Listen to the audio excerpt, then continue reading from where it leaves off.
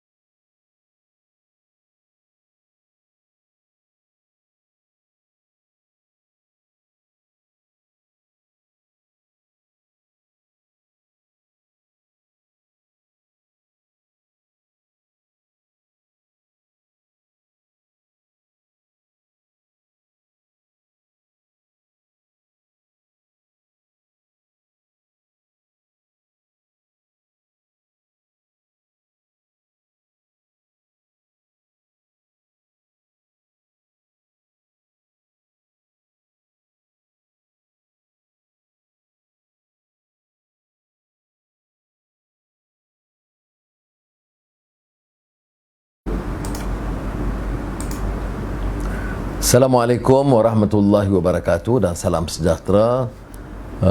Kita di hari-hari akhir Ramadan, mudah-mudahan kita dapat menyempurnakan ibadah kita dengan lebih sempurna. Dan walaupun siang kita sibuk dalam urusan kerja dan urusan masing-masing, kita patut tumpukan waktu malam lebih banyak untuk beramal, beribadat, baca Quran, dan supaya dapat kita menyempurnakan tugas ini la'allakum tattaqun ke tahap dan darjat tingkat ketakwaan kepada Allah Subhanahu Wa Taala. Beberapa hari ini kita dapat liputan dalam negara dan luar negara tentang kedudukan COVID-19. Dulu kita rasa lebih tenang kerana keadaan lebih terkawal, tapi ternyata ada juga kebimbangan yang sekarang ini kerana jumlah yang diperolehi itu kian bertambah, dan kesan daripada sedikit kelonggaran yang saya faham, orang tahu nak balik kampung, hari raya dan sebagainya, tetapi ada kesan yang dilaporkan bila kita pulang ke kampung dan tidak mengkawal, dan ia merebak jangkitannya dan munculnya beberapa kluster baru. Di Malaysia umpamanya tadi yang kita paparkan, jumlahnya 7,009, yang baru 31, dan angka kematian mencecah 114. Tetapi saya ada beberapa liputan antarabangsa yang disiarkan dalam beberapa majalah antarabangsa. Saya berikan umpamanya rajah oleh majalah The Economist. Kalau saya teliti betul-betul gambaran yang diberikan oleh beberapa, ada juga teman saya mengatakan ia tidak serius seperti malaria dan sebagainya. Kita lihat sekarang kalau angka bulan April, ya, dia telah mengatasi hampir semua penyakit-penyakit utama. Diabetik kita lihat di situ, ya. Malaria masih ke bawah. Soal akibat dadah dan alkohol juga di bawah. Jadi dia telah mencatat angka yang agak tinggi. Maknanya angka kematian tertinggi bagi tahun 2020 ialah COVID-19, dan ia mengatasi barah payudara dan malaria. 235,000 nyawa telah terkorban akibat sakit ini, mengatasi semuanya SARS, Ebola dan lain-lain. Dan oleh demikian ada keperluan untuk kita lebih waspada, walaupun alhamdulillah kita bersyukur Malaysia belum sampai ke tahap yang begitu membimbangkan atau menjadi malapetaka, walaupun saya gunakan malapetaka itu kerana dia telah menjalar ke banyak sangat kawasan dan menyentuh ramai penduduk-penduduk negara. Dalam laporan Bloomberg umpamanya, Mei 21 ada disebut tentang perkembangan di negara China. Kemungkinan di kota-kota Shulan, Jilin dan Shenyang 100 juta orang penduduk akan mengalami berdepan dengan wabak COVID-19. Dan ini membimbangkan, selain daripada simptom atau petanda awal, Wuhan itu kembali menjangkiti penduduk di sana. Dan oleh demikian saya hanya menunjukkan daripada laporan ini bahawa beberapa saintis dan pakar perubatan negara China sudah menyatakan kebimbangan mereka kerana ada kembalinya wabak ini. Dalam laporan Fortune umpamanya, dia menyebut tentang satu masalah lain yang juga terkesan di negara China, iaitu mutasi. Maknanya penyakit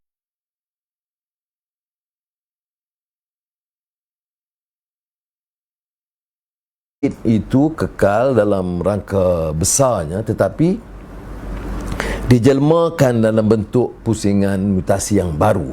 Dan ini menyebabkan kebimbangan pakar-pakar perubatan kerana cara mengobatinya itu mungkin ada kelainan. Itu saya bukan ada kepakarannya, kemahirannya, tapi cuma menyatakan dari laporan itu kita jangan pandang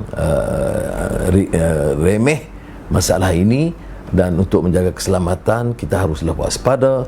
Kalau di kampung, di surau, di mana-manalah tempat kerja, jangan kita anggap perkara ini enteng dan boleh kendorkan syarat-syarat tentang topeng dan juga jarak atau pembatasan sosial.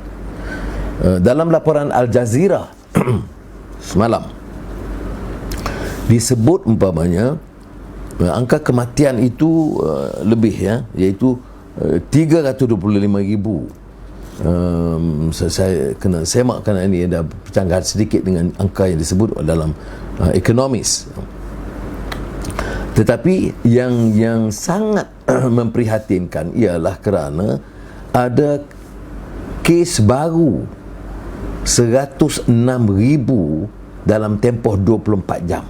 106,000 kes positif coronavirus dalam tempoh 24 jam menurut Badan Kesihatan Sedunia, WHO.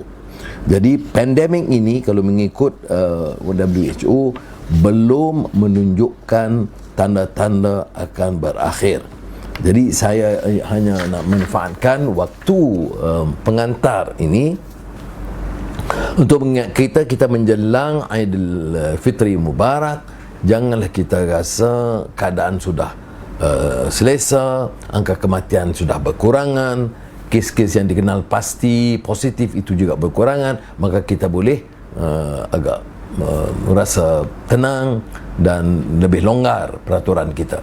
Ini akan menyebabkan kita harus akan menghadapi satu masalah baru. Jadi sementara ada kelonggaran, jangan ini terpulang pada rakyat, masyarakat biasa seperti kita untuk lebih waspada. Jadi ini sekadar peringatan dari seorang rakyat biasa yang bukan pakar tetapi mengikuti perkembangan ini dan merasakan bertanggungjawab untuk saling menasihati dan mengingatkan. Perkara yang kedua yang menimbulkan keresahan ramai netizen dalam tulisan kepada mereka ialah masalah melonjakkan inflasi atau kenaikan harga barang. Saya bagi contoh ayam. Masa saudara Saifuddin Nasution kawal lebih berkesan, harganya masa hari raya puasa tahun lalu 27 barang kawalan, tapi ayam sekadar RM3, kerana ketegasan panggil pengelola, beri kelonggaran tetapi jangan bebankan pengguna, pembeli. Tetapi sekarang cecah sehingga RM8 sekilogram. Dan oleh kerana bising-bising turunlah RM1 jadi RM7. Jadi ikan dan barang-barang keperluan itu meningkat, dan ini tentunya akan membebankan. Jadi kita menggesa kerajaan agak lebih tegas, ya. Janganlah bila dengar ni, selalu kita dalam keputusan saya sebut ini kerangka pemikiran ekonomi. Ekonomi ni selalunya dia memihak kepada golongan kaya, pengeluar, konglomerat, ya. Kalau rugi pun nak selamatkan syarikat penerbangan besar, bank yang besar-besar. Jadi selalu yang kalangan petani, nelayan, pekebun kecil, peniaga kecil, SME atau IKS ini yang akhir sekali nak beri pandangan. Jadi sebab itu kalau kita lihat kerangka ekonomi itu kepentingan rakyat terbanyak, maka pendekatan kita utamanya masalah harga barang, kerana dia menyentuh semua. Kalau kita beri umpamanya RM500, harga barang naik, dia hilang di situ saja. Ya. Sebab itu harga barang dan inflasi itu mesti dikawal, kerana kalau kita beri sumbangan, ya, katalah RM200 satu bulan, harga barang meningkat dari RM3 jadi RM7, jadi hilang di situ saja.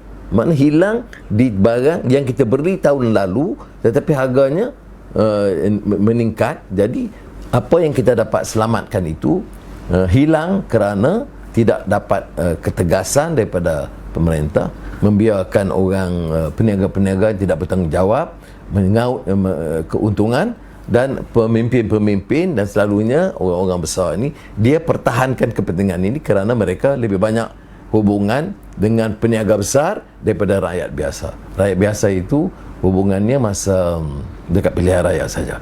Ini sebab saya merasa perlu untuk lebih lantang suara mendesak supaya kawalan ini lebih berkesan, kerana buktinya boleh, kita boleh dan mampu kawal kalau kita mahu, kalau kita tegas. Pemasarannya, apps yang barunya, semua yang harus kita lakukan. Bukanlah maknanya kita boleh berikan harga yang percuma, tetapi kawal harga supaya lebih berpatutan. Sekarang ini gunakan COVID-19 untuk naik melambung harga. Orang hilang kerja, kalau kerja pun kadang sementara, kemudian ditimpa pula, ini disebut sudah jatuh, ditimpa tangga.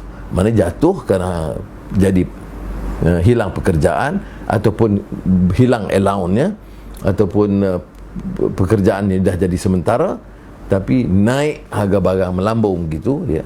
Bukan sedikit. Kalau RM3 tahun lalu jadi RM7 dan RM8 tahun ini, itu naiknya melambung. Dan ini betul-betul bukan dapat jatuh ditimpa tangga lagi, jatuh ditimpa batu, ya.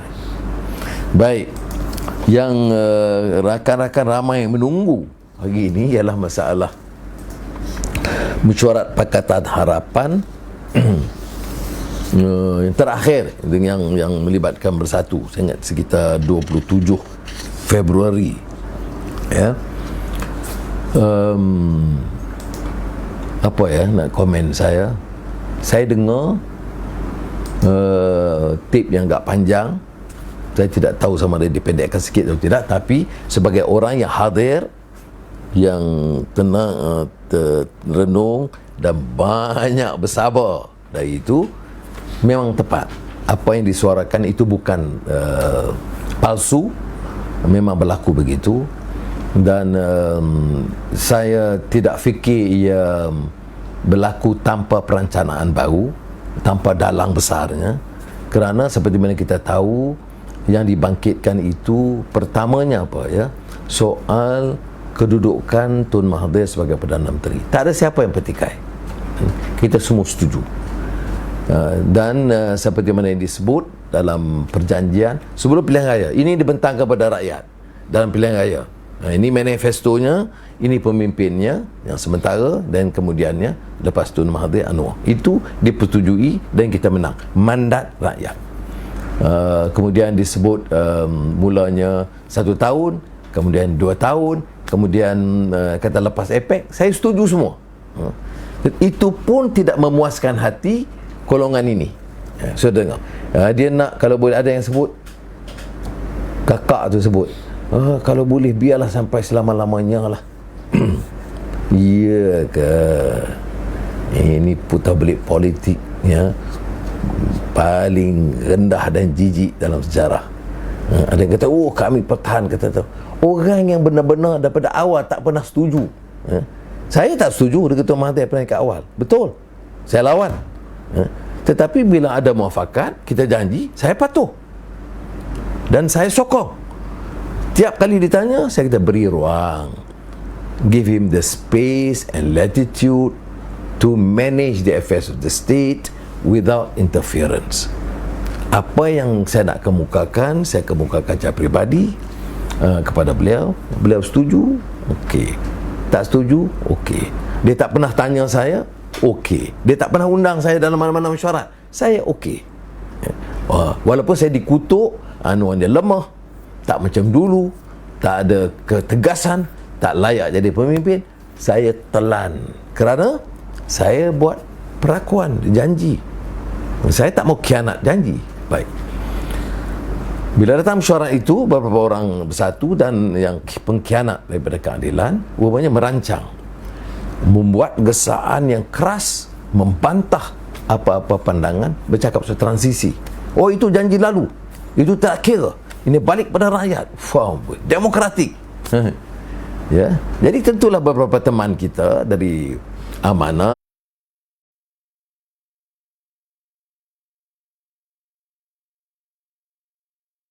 dari keadilan, dari DAP menyuarakan, ya kita sokong Tun Mahathir, tetapi kita ada juga perjanjian. Ini dari 1 tahun ke 2 tahun, ke lepas APEC, ke lepas 3 tahun, kemudian sampai bila-bila. Jadi dah bertentangan dengan perjanjian, maksudnya mengkhianati perjanjian, bukan saja dalam kertas di antara Pakatan Harapan, tetapi kepada rakyat. Kepada rakyat. Setelah dengar panjang begitu begini, bertelagah sebagainya, saya pun tahu sandiwara politik masa itu. Saya pun lama juga dalam politik. Saya dapat baca ini orang nak cari alasan, terutama daripada Bersatu, untuk, dan juga pengkhianat, untuk kata kami tak setuju akan keluar. Saya dapat baca, maka saya pun konsisten dengan sikap saya sebelum ini. Tak usahlah berebut, berkelahi, ya. Kita ikhtiar, kita berunding, fatawakkal ala Allah. Ya. Jadi saya ambil keputusan di situ, penutupnya saya, ya. Setelah dengar semua dan baca, saya kata ginilah, ya. Tak usah panjang-panjang gaduh-gaduh. Tapi sebelum itu saya sebut orang yang guna kuasa dia, dan saya jumpa Tun Mahathir bagi tahu janganlah bagi orang ganggu parti, gunakan kedudukan dan wang ringgit kerajaan untuk pecah belahkan parti. Jadi orang kata Parti Keadilan, dia bagaimana orang menteri-menteri kanan guna wang, guna kedudukan, lantik orang, pecah belahkan dalam parti, dalaman parti, dan ini dalam kerajaan Pakatan Harapan. Jadi saya guna tanggungjawab, suarakan, tak berbuat apa-apa, itu luar daripada keupayaan kita. Orang nak pecahkan Parti Keadilan, ya? Pecah sedikit, betul, 500-600 keluar, 1 juta ahli masih kekal. Tapi oleh kerana muslihat begitu, yang pecah parah-parahnya Bersatu. Itu soal Bersatu saya tidak mau komen lah, ini soal audio semua. Ini soal Bersatu, soal mereka akan cuba leraikan dengan sebaiknya, itu soal mereka. Tetapi saya gunakan majlis dalam mesyuarat itu juga, jelaskan, ya, ini pun dah berlaku. Orang-orang yang guna kedudukan mereka dalam kerajaan, pecah belahkan, kemudian kononnya menyerang orang-orang keadilan saja yang tuntut. Dia tu bukan seperti juga dari Amanah dan DAP yang tuntut ini kerana janji, ya, ada perjanjian, ya. Sebab itu pada peringkat awal aku sudah tahu 5-6 bulan yang pertama Tun Mahathir jadi Perdana Menteri, yang hanya disebut setahun. Kemudian Tun Mahathir kata 2 tahun. Kemudian dia sebut lepas APEC, kemudian 3 tahun, dan sampai akhir. Ini yang menyebabkan keresahan daripada ahli-ahli Pakatan Harapan. Tetapi untuk elak daripada ketegangan perpecahan, saya memilih untuk mengatakan yang menimbulkan kemarahan ramai kawan-kawan saya, termasuk yang dalam majlis itu, ya? Kerana Amanah buat pernyataan tegas, DAP buat ketegas, keadilan buat tegas. Kemudian saya pilih untuk kata tak apalah, lepas APEC pun lepas APEC, tak mau tetapkan tarikh pun tak apalah, jalankan, ya. Tun Mahathir pun sambut, bukan nak beritahu tarikh, dia kata ikut saya nanti sampai sebelum pilihan raya 1 hari pun boleh. Saya diam, saya tak mau berbalah, dan ini dia ulang dalam sidang media berikutnya. Saya disegah oleh teman-teman, termasuk daripada Pakatan, ya, kawan-kawan daripada DAP, Amanah, Keadilan, kita kita dah putus lepas APEC tetap tarikh, pasal apa you pilih untuk lepaskan begitu je Mahathir? Saya kata kalau saya buat kenyataan tegas, dia akan menimbulkan pergaduhan dan menyebabkan perpecahan. Saya nak elak daripada alasan kepada golongan pengkhianat untuk gunakan ini sebagai alasan nak keluar. Tetapi namanya pengkhianat, kita buatlah cara yang baik macam mana pun nak selesai, dia khianat juga, kerana rencana mereka bukan nak selamatkan Tuan Mahathir, ya. Rencana mereka itu balik untuk khianat kepada seluruh perjanjian Pakatan Harapan supaya mereka mendapat tempat, ya. Kalau mereka itu betul-betul nak pertahankan Tun Mahathir seperti mereka dakwa, yang saya memang tak percaya, kenal mereka ini dah puluh tahun, dan saya tidak pura-pura. Saya menyatakan kerjasama kita itu terbatas kepada agenda reform. Selagi pemimpin buat komitmen untuk lakukan perubahan dan reform, kita sokong. Dan kedudukan Tun Mahathir, walaupun kita dulu bantah banyak isu-isu pokok dan dasar dengan dia, tetapi bila dia bagi komitmen, kita bagi sokongan. Dan saya sepanjang 2 tahun, apa pun mereka buat tohamahan, saya tidak gagu, ya. Saya dalam mesyuarat pun saya ambil satu pendekatan sangat sederhana, kerana tidak mau goncang dan timbulkan pertikaian yang tidak akan menguntungkan negara dan rakyat. So saudara, yang kita harus ingat dan pengajaran pada ini apa dia? Audio tape ini benar, saya hadir, saya dengar, dan kita tahu apa yang berlaku, pengkhianatan, suatu sikap yang biadab yang berlaku, dan juga yang tidak menunjukkan bahawa yang hasrat mereka adalah agenda reform. Tidak, masing-masing cakap aku korban, aku dah berjuang 20 tahun, dan pelbagai hal lah, ya, tentang kononnya tunjuk hebat mereka, tapi yang pertama khianat juga mereka. Soalnya sekarang bukan soal itu, ya. Soal kita balah ini soal pertikaian politik elit, tetapi agenda tidak ada. Lebih baik kita balik kembali. Kamu sedia patuh kepada agenda islah, kamu sedia bantah rasuah dengan keras-kerasnya, jangan perkayakan diri kamu, keluarga kamu, anak saudara kamu, kroni kamu, dan kamu pastikan bahawa rakyat diutamakan. Ini baik harga barang ataupun masalah pengangguran, masalah ekonomi, pembangunan, ini yang kita harus sokong, ya. Maknanya kita patuh kepada agenda. Badan kehakiman harus bebas, jangan boleh runding-runding macam saya kata, lunding 10 ekor ayam dicuri, bagi balik 1 ekor ayam, selesai. Hal-hal ini mesti dihentikan. Ini maknanya apa? Reform badan kehakiman, badan penguasaan, ya. Anti rasuah yang jelas. Jangan anti rasuah ini, yang saya sebut banyak orang pertikai. Dia kata seolah-olah saya pertahankan Datuk Seri Najib dan 1 MDB. Saya tidak, ya. Tapi saya kata rasuah ini bukan saja YMDB. YMDB ini satu gambaran bagaimana seluruh sistem dan negara kita tu porak-peranda. Badan kehakiman tak boleh diharap, badan penguasaan tidak boleh diharap, SPRM tidak boleh diharap, ya. Elit pun kecundang, profesor-profesor semua takkan ngangguk, ya. Sekarang baru nak tunjuk gagah. Masa itu diam kelu, membisu semua. Sistem itu yang kita harus baiki. Media harus bebas, profesor harus bebas untuk menyampaikan pandangan. Ini yang kita katakan. Tetapi rasuah itu bukan saja satu MDB, ya. Ia juga terpalit dengan ramai, tak kira. Dan tetapi nampaknya pada masa itu SPRM juga agak tertumpu pada satu aspek, dan beberapa keterlanjuran dalam pimpinan yang memukul harta, tanah, kedudukan, saham, beri projek sana sini, langsung tidak diberi teguran. Ini maknanya sikap dalam politik yang mengikut kabilah atau kartel yang akan merosakkan negara. Kita sokong